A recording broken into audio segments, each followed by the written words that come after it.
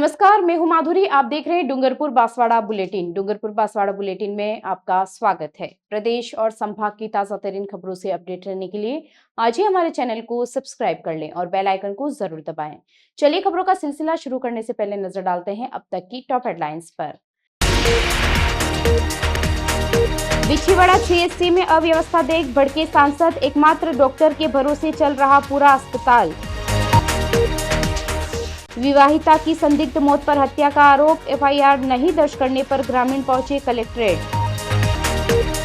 और नगरपालिका अध्यक्ष और उपाध्यक्ष के निलंबन के खिलाफ कांग्रेस का धरना, एसडीएम को सौंपा राज्यपाल के नाम ज्ञापन। डूंगरपुर बांसवाड़ा सांसद राजकुमार रोत ने शनिवार को नेशनल हाईवे 48 के पास स्थित बिछीवाड़ा सामुदायिक स्वास्थ्य केंद्र का औचक निरीक्षण किया। निरीक्षण के दौरान अस्पताल परिसर में फैली गंदगी, बंद पड़े शौचालय और अव्यवस्थित हालत देख सांसद ने नाराजगी जताई और व्यवस्था सुधारने के सख्त निर्देश दिए।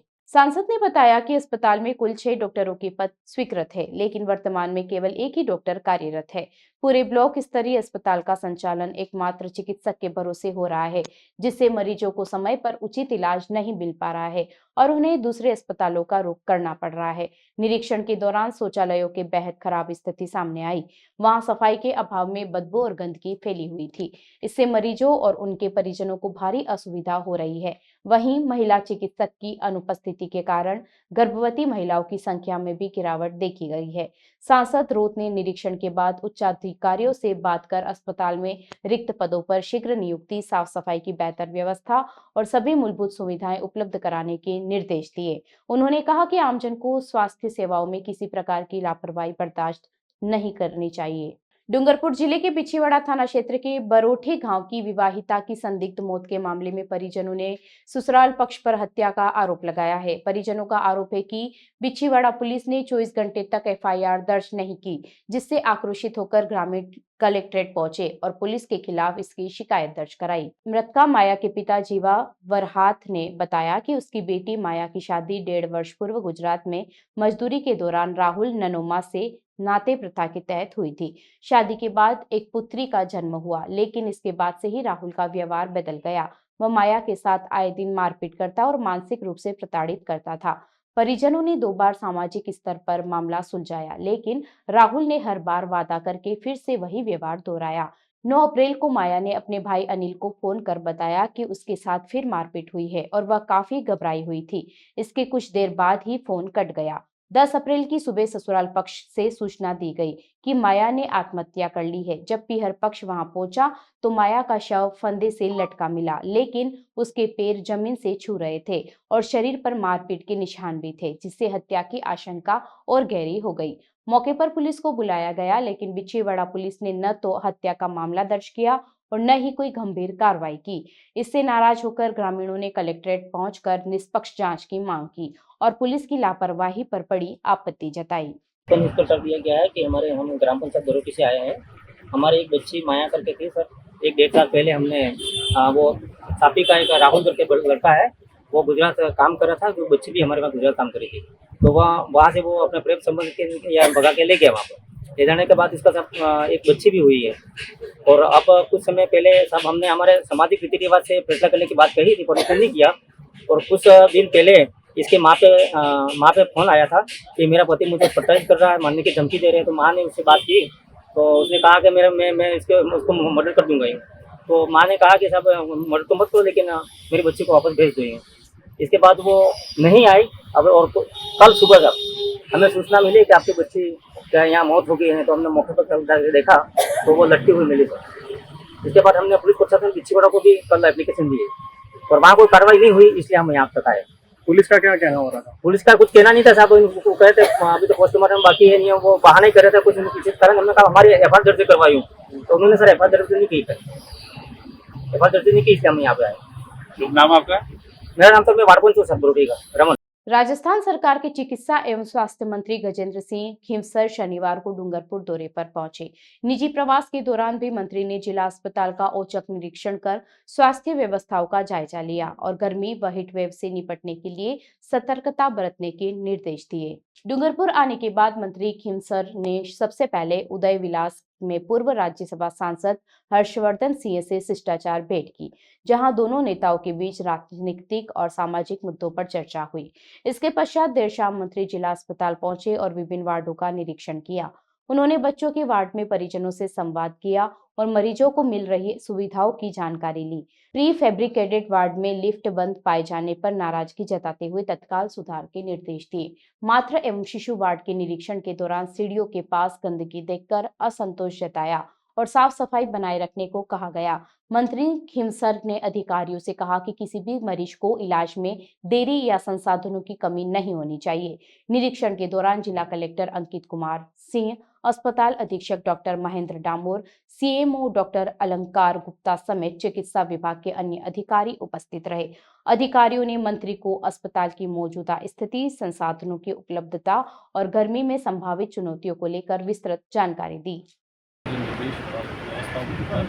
वो जो हमारा समर कंटिजेंसी जो करते हैं उसके अंदर कूलर, पंखे, आपके वाटर कूलर, एसी, आपके जो आइस पैक है, आपके वो जो झोले जिसके अंदर करते हैं, आपकी एम्बुलेंसेज जो है उनको सबको रेडी करके दुरुस्त करके हम समर के लिए हमारी जो टीम है बिल्कुल तैयार है।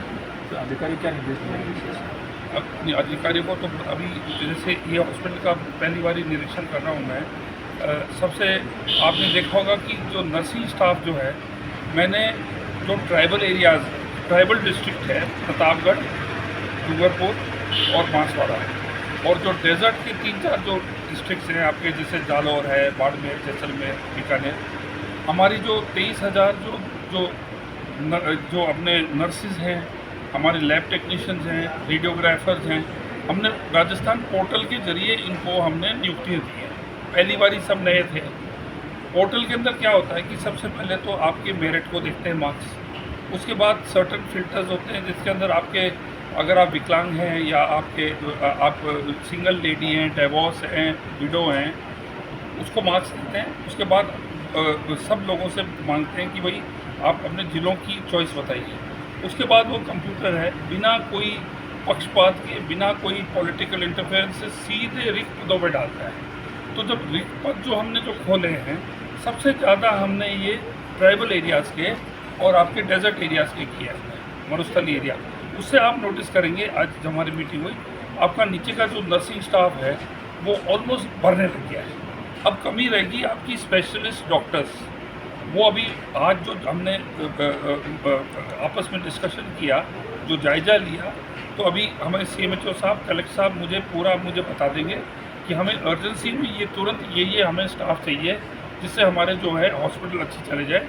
FRU जो यूनिट होता है CHC के अंदर, उसके अंदर आपका बच्चों का डॉक्टर, हाँ, आपका जो है एनेस्थेटिक्स है, ये जो 3 जो लोग आपके को लगते हैं इसके अंदर, आपके पीडियाट्रिशियन, एनेस्थेटिस्ट एंड गायनेकोलॉजिस्ट, उसमें से एक भी कम मिसिंग हो तो वो FRU नहीं चलता है। जो FRUs बंद है वो चलेंगे। जो ट्रॉमा सेंटर का जो आगे बिछीवाड़ा में प्रॉब्लम आ रहा है उसको हम सॉर्ट आउट करेंगे। तो ये सब चीज़ें बैठ के, और मैं जब जयपुर जाऊंगा ताकि डूंगरपुर के अंदर जो है चिकित्सा की सेवा एकदम फर्स्ट क्लास हो जाए, ये मेरी इसकी प्रायोरिटी है। लिफ्ट जो है AMC एनुअल मेंटेनेंस के अंदर है और इसको ये जल्दी से जल्दी इसको चालू करें। जी सर, ये फैब्रिकेशन वार्ड की लिफ्ट है जो पिछले आज तक चालू नहीं हुई है ठेकेदार की ओर से। इसमें आप सर, उसमें ये प्रॉब्लम है कि जो उसमें जो लगाया है सिस्टम, हाइड्रोलिक सिस्टम लगाया है, उससे बहुत लिफ्ट को स्लो जाता है। हमने उसको चेंज करने के बोल दिया, उसका सामान भी आ गया है। कब तक चेंज हो जाएगी? जरूर 10 से 15 दिन। 10 दिन में इसका हो जाएगा। एक सर ये मशीन कोई ख़राब थी या वो सही चॉइस की नहीं थी? लिफ्ट स्पीड बहुत स्लो है। हाँ, तो उसके लिए कह रहे मटेरियल जब आ गया तो उसको जल्दी रिपेयर कर दिया जाएगा। बांसवाड़ा जिले की बागीदोरा विधानसभा में शनिवार को धोलाखेरिया गांव में भारतीय जनता पार्टी की ओर से कार्यकर्ता सम्मेलन का आयोजन किया गया, जिसमें पार्टी के प्रदेश अध्यक्ष मदन लाल राठौड़, जल संसाधन मंत्री सुरेश रावत और मंत्री बाबूलाल खराड़ी विशेष रूप से उपस्थित रहे। सम्मेलन में हेलीकॉप्टर से पहुंचे प्रदेश अध्यक्ष राठौड़ का कार्यकर्ताओं ने जोरदार स्वागत किया। उनके साथ मंच पर पूर्व कैबिनेट मंत्री महेंद्रजीत सिंह मालविया, भाजपा जिला अध्यक्ष पुंजीलाल गायरी और विधायक कैलाश मीणा सहित अनेक वरिष्ठ नेता मौजूद रहे। सभा को संबोधित करते हुए प्रदेश अध्यक्ष राठौड़ ने कहा कि भाजपा कार्यकर्ताओं की मेहनत और जनता के विश्वास से ही पार्टी लगातार विकास के पथ पर अग्रसर है। उन्होंने किसानों की समृद्धि को प्राथमिकता बताते हुए कहा कि जल संसाधन के क्षेत्र में बड़ी पहल की जा रही है ताकि हर खेत तक पानी पहुंच सके। जल संसाधन मंत्री सुरेश रावत और मंत्री बाबूलाल खराड़ी ने इस मौके पर पूर्व कैबिनेट मंत्री महेंद्रजीत सिंह मालविया की सराहना करते हुए उन्हें किसानों का मसीहा बताया।